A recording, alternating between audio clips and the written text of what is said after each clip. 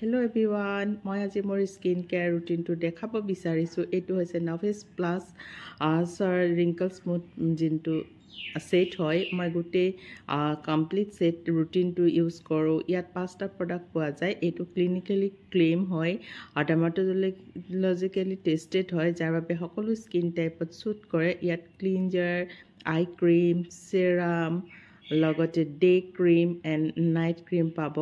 আপোনালোকক স্কিনৰ সকলো ডেমেজ, পিগমেণ্টেশ্যন, পিম্পলছ সকলো ধৰণৰ সমস্যাৰ পৰা ই বচাই ৰাখে আৰু সমস্যা থাকিলেও ভাল কৰে।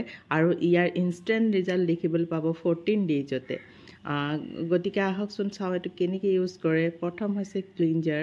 মুখখন পানী মাৰি মাৰি ধুই ল'ব। তাৰ পাছতে আপোনালোকে মই দেখুওৱা ধৰণে ক্লিনজাৰটো উলিয়াই ল'ব। উলিয়াই পেলাই মই ইয়াত ভাল পানী লগাই লৈছোঁ, আপোনালোকে পানী মাৰি ল'ব। তাৰ পাছতে ক্লিনজাৰটো এনেকৈ হাতৰ তলুৱাত নুলিয়াব, এনেকৈ ওপৰত উলিয়াব।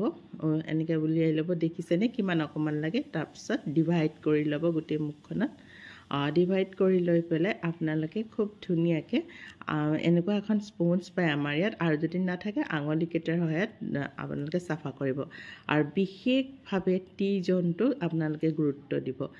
এই স্পঞ্জখন দি যেতিয়া আপুনি ক্লিনজাৰটো এনেকৈ লাহে লাহে লগাই, বেছি দেৰি নহয় কিন্তু দেই, অকণমান সময়, সকলোখিনি আপোনাক গাইড কৰি দিম যোগাযোগ কৰিলে। এনেকৈ ঘঁহি ঘঁহি চাফা কৰি তাৰপিছত একদম পূৰা পানী মাৰি মাৰি ধুই দিব। একদম আপোনালোকে যেন এইমাত্ৰ পাৰ্লাৰৰ পৰা ওলাই আহিছে তেনেকৈ ধৰণে ক্লিন হৈ যাব মুখখন। আপোনালোকে পূৰা পানী মাৰি মাৰি ধুই দিব। মই মুখখন ধুই আহোঁ। মই এতিয়া ধুই আহিলোঁ। চাওকচোন কিমান বেছি চাফা হৈ যায়, ক্লিন হৈ যায়, আৰু স্কিনখন লগালগ টাইট হৈ যায়। আৰু স্কিনখন শুকাবলৈ দিব।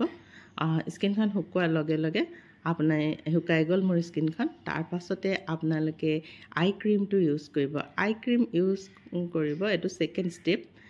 এইটো চকুৰ গুৰিত লগাব। চকুৰ গুৰিৰ ৰিংকলছ, চকুৰ গুৰি ক'লা পৰা, আই পাফিনেছ, এইবোৰ সকলো দূৰ হ'ব। জাষ্ট অকণমান, দেখিছেনে কিমান অকণমান লগাইছোঁ।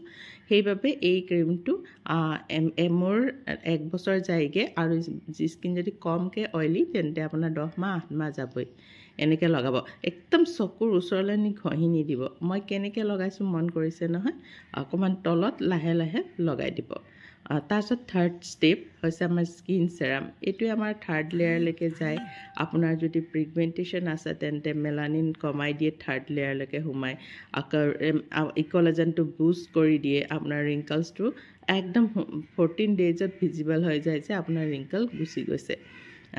আপোনালোকে জাষ্ট এনেকৈ লগাই ৰাখিব। মই দেখিছেনে কিমান অকণমান লগাইছোঁ।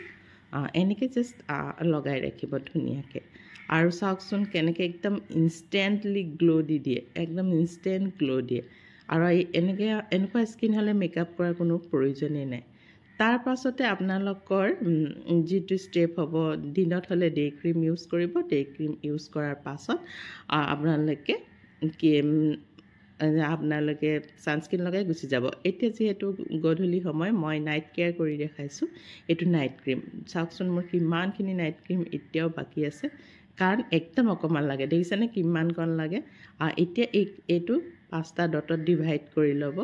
1 2কৈ ডিভাইড কৰি ল'ব। কৰি ডিঙিটো কেতিয়াও স্কিপ নকৰিব, জাষ্ট মিলাইহে ৰাখিব। এনেকৈ জাষ্ট মিলাই ৰাখিব, জাষ্ট মিলাই দিব।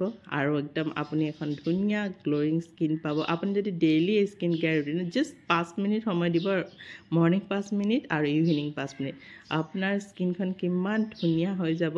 সকলো হাইপাৰ পিগমেণ্টেশ্যন, ৰিংকলছ, পিম্পলছ, সকলো সমস্যা, ছানবাৰ্ণ, আনইভেন স্কিন টোন, সকলো সমস্যাৰ সমাধান পাব আমাৰ এই নভেছ প্লাছ প্ৰিমিয়াম ছেটৰ দ্বাৰা। এইটো বেষ্ট ছেট হয়, আৰু ইয়াৰ ৰিজাল্টৰ কাৰণে আপুনি বহুত দিন ৰ'বও নালাগে। 14 ডেইজতে ৰিজাল্ট দেখিব। আৰু ক্লিনজাৰটো লগোৱা 15 মিনিটছৰ পিছতে ইনষ্টেণ্ট ৰিজাল্ট পাব। Thank you so' much.